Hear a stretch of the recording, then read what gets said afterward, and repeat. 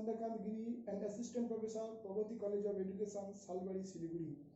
I hope you are all enjoying video lecture session offered by Pragati College of Education through YouTube channel. Now I am going to discussing about the topic continuous and comprehensive evaluation CCE from 5th beat unit 5 course 7A pedagogy of mathematics teaching B.Ed second sem। अभी हम लोग CCE इसके बारे में discuss करेंगे।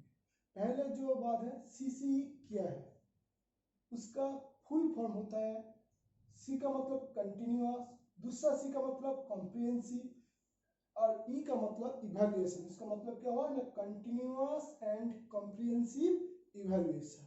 अभी इस continuous comprehensive evaluation का क्या जरूरत पड़ा, किस लिए आया, और उसका बारे में थोड़ा हम लोग जानकारी लेंगे और डिस्कस करेंगे। क्या होता है ना, पहले हम लोग का जो स्टूडेंट है, हम लोग भी जब स्टूडेंट थे उस टाइम क्या होता था ना, जब एग्जाम आता था हम लोग डर जाते थे। डर आता है हम लोग का ये पढ़ाई कंप्लीट नहीं हुआ, वो कंप्लीट नहीं हुआ, वो से कंप्लीट नहीं हुआ। कभी कभी क्या होता है हम लोग बीमार पड़ जाते हैं, एग्जाम अटेंड नहीं कर पाते, तो इसलिए क्या होता है ना, दूसरा क्लास में हम लोग प्रमोट नहीं हो पाते, उसमें ही रह जाते हैं। बट उसका जो दिखा जाएगा तो हम लोग ठीक तरीके से उसका इवैल्यूएशन करेंगे तो देख पाएंगे ना वो दूसरा क्लास में जाने का लायक है। बट हम लोग का जो सिस्टम है, मतलब एग्जामिनेशन और इवैल्यूएशन का जो सिस्टम है उसके द्वारा वो रह गया।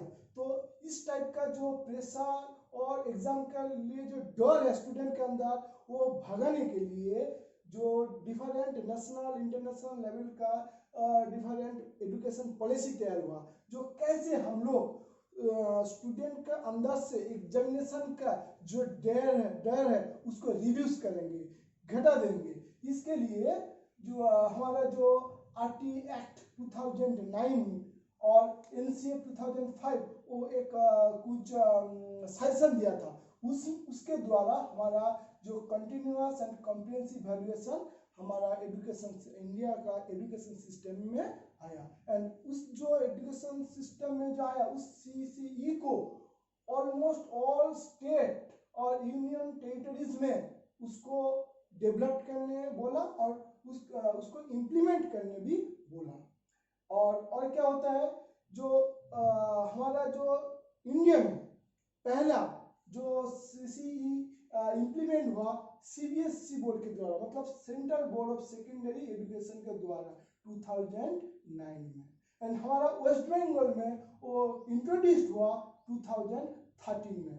और CCE के लिए जो मटेरियल्स बनाया गया, मतलब कैसा कंटिन्यूअस कॉम्प्रिहेंसिव इवैल्यूएशन किया जाएगा, उसके लिए जो डिजाइन जो मटेरियल्स बनाया उसका नेम दिया गया पीकॉक मॉडल।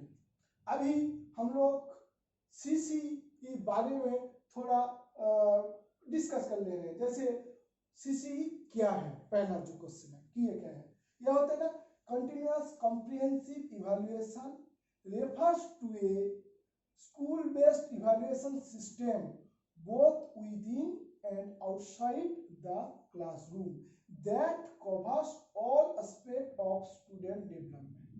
इसमें क्या होता है ना, हम लोग कंटिन्यूअसली ओवर पूरा जो ईयर और सेशन हम लोग उसका थोड़ा थोड़ा करके इवैल्यूएशन करेंगे, मतलब कंटिन्यूअसली हम लोग इवैल्यूएशन करेंगे। सिर्फ क्लासरूम में जो सब्जेक्ट के एग्जामिनेशन लेंगे और करिकुलर एरिया का जो एग्जामिनेशन लेंगे ये नहीं है। उसमें क्या वो एक्स्ट्रा करिकुलर और को करिकुलर एक्टिविटी में जो पार्टिसिपेट करेगा उसका भी हम लोग इवैल्यूएशन करेंगे। उसका मतलब स्कूल के अंदर और स्कूल के बाहर, करिकुलम के अंदर एंड करिकुलम के बाहर सब कुछ हम लोग उसका इवैल्यूएशन करेंगे। उसका मतलब क्या, ऑल राउंड उसका डेवलपमेंट में हम लोग चाइल्ड का जो ऑल राउंड डेवलपमेंट को हम लोग मेजर करेंगे और इवैल्यूएशन करेंगे इसके द्वारा। इसमें क्या होगा ना, शायद कोई स्टूडेंट बीमार पड़ गया, कुछ एक एग्जाम अटेंड नहीं कर पाया, तब उसको हमको कोई भी क्लास में नहीं रुक देंगे, उसको प्रमोट कर पाएंगे इसके बेसिस से ना। और जो जो एग्जामिनेशन और जो इवैल्यूएशन असेसमेंट में पार्टिसिपेट करेंगे स्टूडेंट किया था, उसके ऊपर बेस करके हम लोग उसको इवैल्यूएशन कर देंगे। देन उसको देखेंगे जब वो नेक्स्ट क्लास में प्रमोट हो पाएगा क्या नहीं हो पाएगा, इसके द्वारा हम लोग उसको प्रमोट कर पाएंगे। इसका मतलब क्या ना, यही होता है हमारा कंटिन्यूअस कॉम्प्रिहेंसिव इवैल्यूएशन का जो मेन थीम। अभी उसको हम थोड़ा क्या बोलते हैं, मतलब एनालिसिस करके देख रहे हैं। जैसे कंटिन्यूअस कॉम्प्रिहेंसिव इवैल्यूएशन, इसमें क्या होता है ना, कंटिन्यूअस एंड कॉम्प्रिहेंसिव दो टर्म आता है। उसका मतलब कंटिन्यूअस इवैल्यूएशन हो रहा है, कॉम्प्रिहेंसिव इवैल्यूएशन हो रहा है। तो कंटिन्यूअस सीसी का दो हो गया, continuous evaluation and comprehensive evaluation. अभी कंटिन्यूअस इवैल्यूएशन में क्या आता है ना, ये इसमें दो एस्पेक्ट आता है, जैसे कंटिन्यूअल एस्पेक्ट और पीरियडिसिटी एस्पेक्ट। कंटिन्यूअस एस्पेक्ट में क्या होता है ना, कोई हम लोग जो इंस्ट्रक्शन दे रहे हैं उसका बिगिनिंग में एंड ड्यूरिंग में जो इवैल्यूएशन कर रहे हैं वो होता है हमारा कंटिन्यूअल एस्पेक्ट में आ जाता है। ये वो किसके द्वारा होता है ना, फॉर्मेटिव इवैल्यूएशन के द्वारा ये वाला एस्पेक्ट इवैल्यूएट किया जाता है। और पीरियडिसिटी एस्पेक्ट क्या होता है, ये होता है क्या, एंड ऑफ द टर्म और end of the instruction, end of the term और यूनिट एंड खत्म हो जाने के बाद जो हम लोग इवैल्यूएशन करेंगे वो आ जाएगा हमारा पीरियडिसिटी एस्पेक्ट में। और वो किसके द्वारा होता है ना, वो समेटिव इवैल्यूएशन के द्वारा हम लोग इसको इवैल्यूएशन कर पाते हैं। और दूसरा जो होता है कॉम्प्रिहेंसिव इवैल्यूएशन, इसके द्वारा क्या होता है ना, हमारा जो स्टूडेंट का ऑलराउंड डेवलपमेंट और स्टाइल का ऑलराउंड डेवलपमेंट हम लोग मेजर करते हैं। ये क्या होता है ना, ये दो एस्पेक्ट रहता है, एक होता है स्कोलास्टिक एस्पेक्ट, दूसरा होता है कोस्कोलास्टिक एस्पेक्ट। स्कोलास्टिक एस्पेक्ट में क्या क्या आता है, जैसे हमारा जो करिकुलर एरिया और सब्जेक्ट स्पेसिफिक एरिया, मतलब suppose mathematics, English, Bengali etcetera etcetera, वो सब आ जाता है हमारा स्कोलास्टिक एस्पेक्ट में। ये जो एस्पेक्ट वो इवैल्यूएशन करने के लिए हम लोग दो तरीका अपनाना पड़ता है, एक होता है समेटिव इवैल्यूएशन, दूसरा होता है फॉर्मेटिव इवैल्यूएशन। समेटिव इवैल्यूएशन क्या होता है, मतलब हम लोग जब ये मतलब कोर्स खत्म होने के बाद, टर्म खत्म होने के बाद हम लोग जो इवैल्यूएशन करते हैं वो समेटिव में आता है। जैसे टर्म एंड एग्जाम लेते हैं, और जब हम लोग ओरल एग्जामिनेशन और ओरल टेस्ट लेते हैं वो आ जाता है फॉर्मेटिव असेसमेंट इवैल्यूएशन में। और जो हमारा क्विज भी लेते हैं इसके द्वारा, ऐसे करके हम लोग स्कोलास्टिक एरिया को हम लोग इवैल्यूएशन कर पाते हैं। और स्कोलास्टिक एस्पेक्ट में क्या क्या आता है ना, जैसे लाइफ स्किल, को करिकुलर एक्टिविटीज, एप्टीट्यूड, वैल्यूज, वो सब आ जाता है को स्कोलास्टिक जो एस्पेक्ट में। इसमें क्या होता है ना, इसमें इसको हम इवैल्यूएशन करते हैं फॉर्मेटिव इवैल्यूएशन का द्वारा। जैसे कुछ हमारा ड्रामा अरेंज किया और कुछ सोशल प्रोग्राम के लिए अरेंज किया, देन उसके ऊपर हम लोग देखेंगे वो कैसे पार्टिसिपेट कर रहा है, कैसे रोल प्ले कर रहा है, ऐसे करके हम लोग उसको इवैल्यूएशन करते हैं। इसी द्वारा हमारा को स्कोलास्टिक एस्पेक्ट को हम लोग इवैल्यूएशन कर पाते हैं। ये हो गया हमारा सीसीई के बारे में। अभी हम लोग जो हमारा वेस्ट बंगाल में जो सीसीई मटेरियल प्रिपेयर किया वो होता है पीकॉक मॉडल। अभी पीकॉक मॉडल के बारे में थोड़ा डिस्कस करेंगे। ऐसे क्या होता है ना, कैसे कंटिन्यूअस कॉम्प्रिहेंसिव इवैल्यूएशन करेंगे, उसका एक गाइडलाइन दे गया, उसका एक फॉर्मेट दे गया, उसके बारे में थोड़ा हम लोग वन बाय वन डिस्कस करेंगे। अभी हम लोग पीकॉक मॉडल के बारे में डिस्कस करेंगे। पीकॉक मॉडल, उसका तो मैंने तो पहले बता दिया, जो वेस्ट बंगाल में कंटिन्यूअस कॉम्प्रिहेंसिव इवैल्यूएशन का जो मटेरियल और जो गाइडलाइन बनाया गया उसका नाम है पीकॉक मॉडल। इस पीकॉक मॉडल डेवलप किया WBP, मतलब West Bengal board of primary education, West Bengal board of secondary education and school education department of West Bengal, वो तीनों मिलकर पीकॉक मॉडल को डेवलप किया। और इस मॉडल को इंप्लीमेंट किया गया 2013 से। और इस मॉडल के अनुसार, according to this model, there are 5 indicators. हम लोग 5 इंडिकेटर्स यूज किए हैं किसके लिए ना, स्टूडेंट का ऑलराउंड डेवलपमेंट को मेजर करने के लिए हम लोग 5 इंडिकेटर का इस्तेमाल किया। वो 5 इंडिकेटर क्या है ना, पहला जो इंडिकेटर है वो होता है पार्टिसिपेशन, पहला जो इंडिकेटर है पार्टिसिपेशन। दूसरा जो इंडिकेटर है क्वेश्चनिंग एंड एक्सपेरिमेंटेशन। तीसरा जो इंडिकेटर है इंटरप्रिटेशन एंड एप्लीकेशन। चौथा जो इंडिकेटर है एम्पैथी एंड कोऑपरेशन। पांचवा मतलब फिफ्थ जो इंडिकेटर है वो होता है एस्थेटिक एंड क्रिएटिव एक्सप्रेशन। उसका मतलब पहला जो इंडिकेटर है, इससे आपको समझ में आता है जो पार्टिसिपेशन, मतलब कोई भी प्रोग्राम होगा, कोई भी कुछ अरेंज किया जाएगा स्कूल में प्रोग्राम, उसमें स्टूडेंट कैसे पार्टिसिपेट कर रहा है। कोई छुप जाता है, पार्टिसिपेट करना नहीं चाहता है, कुछ स्पोर्ट्स होता है और कुछ जो कल्चरल फंक्शन होता है उसमें स्टूडेंट लोग पार्टिसिपेट करना नहीं चाहता है। कभी कभी जो नेशनल सोशल सर्विस जो वर्क होता है उसमें भी पार्टिसिपेट करना नहीं चाहता है, तो उसको भी टीचर लोग उसको भी ऑब्जर्व करते हैं, उसके ऊपर भी वो लोग स्कोर मतलब असेस करते हैं। और जब इसके द्वारा जो इंडिकेटर इसमें इस्तेमाल होता है पार्टिसिपेशन। क्वेश्चनिंग दूसरा होता है क्वेश्चनिंग एंड एक्सपेरिमेंटेशन। मतलब जब क्लास चल रहा है उसमें स्टूडेंट लोग कैसे क्वेश्चन कर रहे हैं, क्योंकि कभी कभी देखोगे जो इंटैक्ट मतलब पैसिवली स्टूडेंट बैठा रहा है, कुछ एक्टिव काम कर नहीं रहा है, कुछ क्वेश्चन भी पूछ नहीं रहा है, कुछ समझ रहा है कि नहीं समझ रहा है वो भी समझ में नहीं आता है, कुछ पूरा बैठ जाता है रिजिड की तरह। तो उसी टाइप मतलब उसका जो क्वेश्चनिंग का जो पावर है उसके द्वारा हम लोग मतलब जो क्वेश्चनिंग जो इंडिकेटर है इसके द्वारा हम लोग उसको इवेल्युएट करते हैं। देन आता है इंटरप्रिटेशन एंड एप्लीकेशन। मतलब कभी कभी वो कैसे इंटरप्रिट करते हैं कुछ भी प्रोग्राम और कुछ भी क्वेश्चन का आंसर, कुछ भी वो कैसे इंटरप्रिट मतलब कैसे उसका सबके सामने प्रेजेंट करता है वो भी दिखा जाता है इस इंडिकेटर के द्वारा। देन एम्पैथी एंड कोऑपरेशन, मतलब स्टूडेंट का जो उसका दोस्त के साथ कैसे कोऑपरेशन कर रहा है, स्कूल के साथ कैसे कोऑपरेशन कर रहा है और कुछ अलग पर्सन के साथ कैसे कोऑपरेशन कर रहा है, वो भी इस इंडिकेटर के द्वारा टीचर लोग ऑब्जर्व करता है। और एस्थेटिक एंड क्रिएटिव एक्सप्रेशन, मतलब कुछ प्रोग्राम दिया जाता है वो कैसे अच्छा से मतलब क्रिएटिविटी पावर, मतलब इस टाइप का इंडिकेटर से हम लोग स्टूडेंट का क्रिएटिविटी पावर को हम मेजर कर पाते हैं। ये हो गया हमारा जो पीकॉक मॉडल में जो 5 इंडिकेटर का इस्तेमाल होता है इसके बारे में। अभी जो पीकॉक मॉडल, इसका मतलब जो उसका जो डॉक्यूमेंट्स के नाम पे पीकॉक दिया हुआ, पीकॉक मॉडल नाम दिया, पीकॉक कहाँ से आया ना, हम लोग का जो पांचों जो हम लोग इंडिकेटर यूज किए हैं उसका जो पहला लेटर उसको जोड़ के हमारा पीकॉक मॉडल का जो नेम दिया गया। जैसे परसेप्शन का पी लिया गया, एक्सपेरिमेंटेशन का ई लिया गया, एप्लीकेशन का ए लिया गया, कोऑपरेशन का सीओ लिया गया, क्रिएशन का सी लिया गया और नॉलेज ऑफ कंस्ट्रक्शन का के लिया गया। इसको लेके पीकॉक मॉडल का नाम आया है।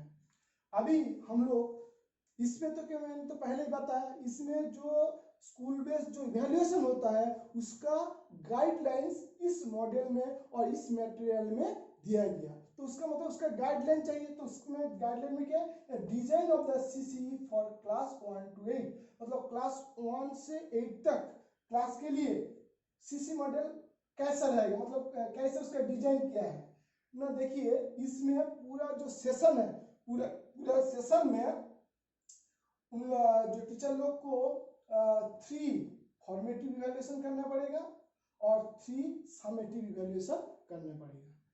पहला मतलब क्लास 1 और 2 के लिए जो फर्स्ट जो फॉर्मेटिव इवैल्यूएशन करना पड़ेगा वो होता है 3। देखिए 10 मार्क के लिए क्लास 1 2 के लिए भी 10 मार्क, 3 4 5 के लिए भी फॉर्मेटिव इवैल्यूएशन 10 मार्क करना पड़ेगा, 7 6 7 8 के लिए 20 मार्क का फॉर्मेटिव इवैल्यूएशन फर्स्ट टाइम करना पड़ेगा। दूसरा जो फॉर्मेटिव इवैल्यूएशन करना पड़ेगा वो हर क्लास के लिए 20 मार्क्स। तीसरा जो फॉर्मेटिव इवैल्यूएशन वो भी हर क्लास के लिए 20 मार्क्स होगा। देन आ गया हमारा जो समेटिव इवैल्यूएशन, मतलब पहला फॉर्मेटिव इवैल्यूएशन हो जाएगा, देन उसके बाद उसका समेटिव इवैल्यूएशन करना पड़ेगा। देन फिर फॉर्मेटिव इवैल्यूएशन होगा, देन समेटिव इवैल्यूएशन करना पड़ेगा।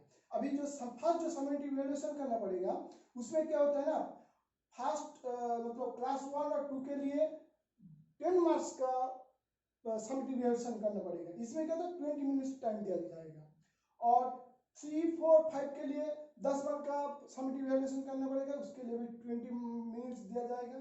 6, 7, 8 के लिए 15 मार्क्स का समेटिव इवैल्यूएशन करना पड़ेगा, इसमें 30 मिनट दिया जाएगा।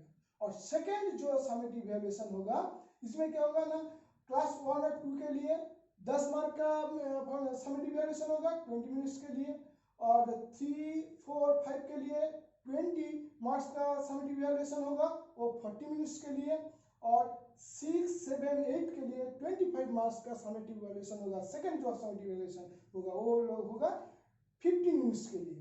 और थर्ड जो समेटिव इवैल्यूएशन होगा क्लास 1 और 2 के लिए 30 जो मार्क्स के लिए होगा वो 1 आवर के लिए होगा, और 3, 4, 5 के लिए 50 मार्क्स का समेटिव इवैल्यूएशन होगा वो लगेगा उसके लिए 1 आवर 30 मिनट्स।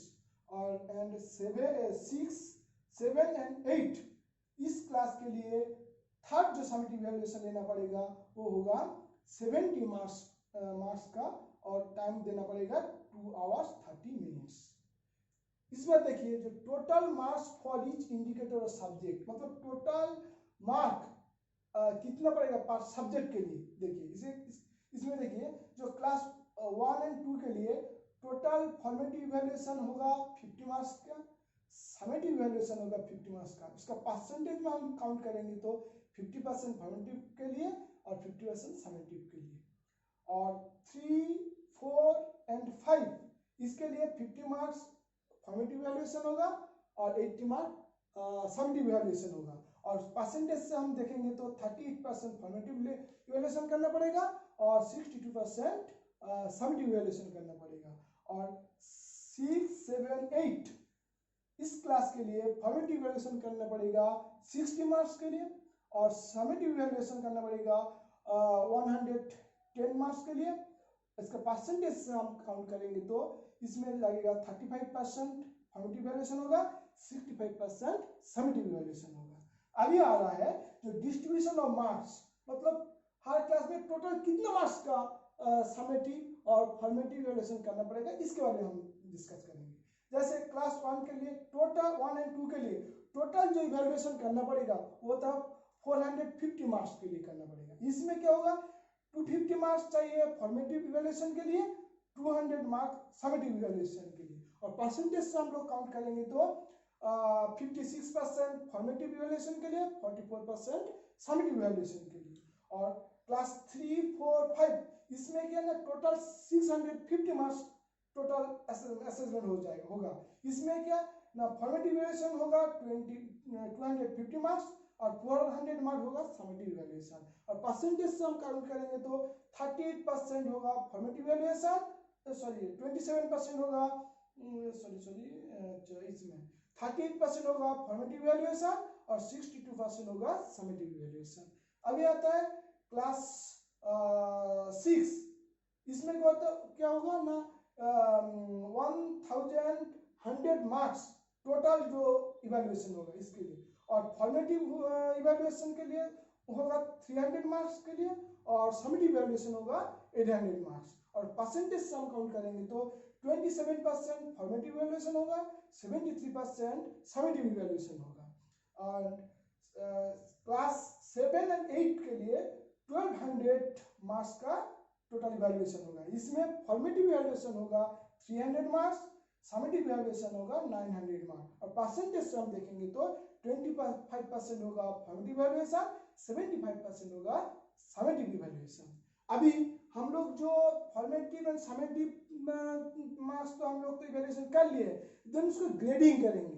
और अभी ग्रेडिंग के लिए भी समेटिव इवैल्यूएशन के लिए अलग टाइप का ग्रेडिंग करेंगे और फॉर्मेटिव इवैल्यूएशन के लिए अलग टाइप का इवैल्यूएशन करेंगे, मतलब ग्रेडिंग करेंगे।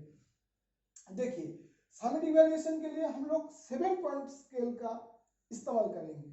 जैसे जिसको बिलो 55% मार्क्स मिलेगा उसको ग्रेड देंगे डी, जिसको 25 से 44% मार्क्स मिलेगा उसको दिया जाएगा सी ग्रेड, और जिसको मिलेगा 45 से 59% मार्क्स मिलेगा इसको दिया जाएगा सी प्लस ग्रेड, और जिसको 60 से 69% मार्क्स मिलेगा इसको दिया जाएगा बी ग्रेड, और जिसको 70% से 79% मार्क्स मिलेगा उसको दिया जाएगा बी प्लस ग्रेड, और जिसको 80 से 89% मार्क्स मिलेगा इसको दिया जाएगा ए ग्रेड, और सबसे ज्यादा मतलब 90% से 100% मार्क्स जिसको मिलेगा उसको मिलेगा ए प्लस ग्रेड।